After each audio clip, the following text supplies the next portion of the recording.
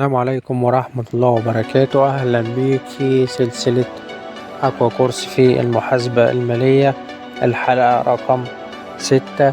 اتكلمنا على مدار 5 حلقات قبل كده عن شغل المحاسب وعن الشغل العملي وعن دفاتر المحاسبة، وبالفعل ابتدينا نشتغل ونطلع كود ونسجل في الدفاتر. النهاردة استكمالا لموضوعات الحلقة 7. عايز بس أفكرك إن احنا الحلقة اللي فاتت كان آخر حاجة معانا إنه تم شراء تجهيزات للمكتب بقيمة 5000 مقابل إصدار أوراق دفع، وقلنا إن تعديل الميزانية الأصول بتساوي الالتزامات زائد حقوق الملكية. تجهيزات مكتبية هتزيد 5000 وأوراق دفع هتزيد 5000. النهاردة في حلقة النهاردة حلقة مهمة جدا جدا جدا، ويلا بينا نبدأ الحلقة.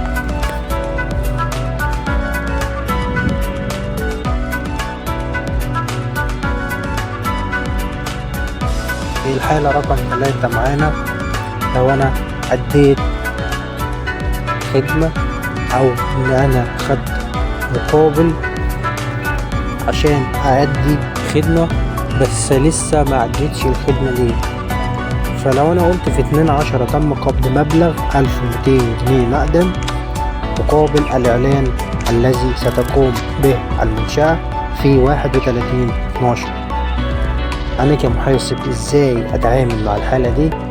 طبعا أنا رقم 1 عندي التحليل الأساسي ازداد أصل وهو النقدية بمبلغ 1200 جنيه، وازداد التزام وهو الإيرادات المقبوضة مقدما. بيقول عليها يا جماعة الإيرادات غير المكتسبة دي برضو بقيمة 1200 جنيه. تاني حاجة معايا تحليل معادلة الميزانية، الأصول بتساوي الالتزامات زائد حقوق الملكية، والأصول هتتمثل معايا في النقدية هتزيد ب1200 جنيه، والالتزامات تحت منها الإيرادات المقدمة هتزيد ب1200 جنيه.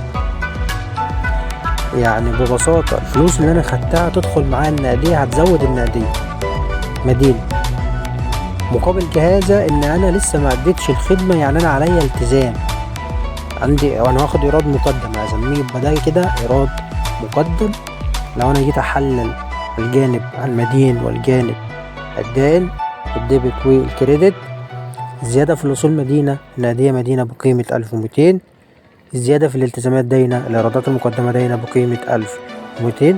دفتر اليومية بتاع حضرتك تسطيرة حضرتك التاريخ 2/10، البيان من حساب النقدية الكاش لحساب الإيرادات والرفوض مدين 1200 ودائن 1200.